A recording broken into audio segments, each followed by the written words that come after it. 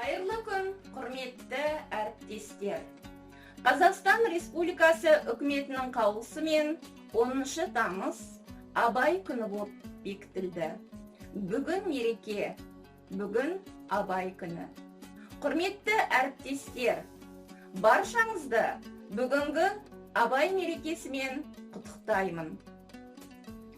Қазақ халқының рухани көсемі Абай атамыз деп айтсақ, артық етпес. Құрметті әріптестер, шәкірттеріңіз Абайдай дана, Абайдай дара болсын. Абай Құнанбаев құлақтан кіріп бойдалар.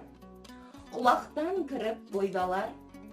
Жақсы ән мен тәтті күй, көңілге түрлі ой салар. Әнді сүйсең, менше сүй. Дүние ойдан шығады. Өзімді өзім ұмытып, көңілім әнді ұғады, жүрегім бойды жылытып.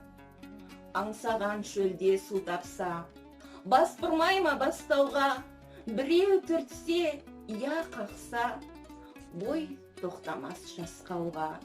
Бір күйгізіп, сүйгізіп, ес көмірді түргізер, өмір тонын кигізіп, жоқты барғып жүргізер. Ескендей болады, құлағым ескі сыбырды, ескі ойға көңілім толады, тірілтіп өткен құрғырды. Ішіп терең бойлаймын, өткен күннің уларын, және де шын ойлаймын, жұрттың жалған шуларын. Тағы сене бастаймын, күн далдағыш қуларға, есім шығып қашпаймын, мен ішпеген у бар ма?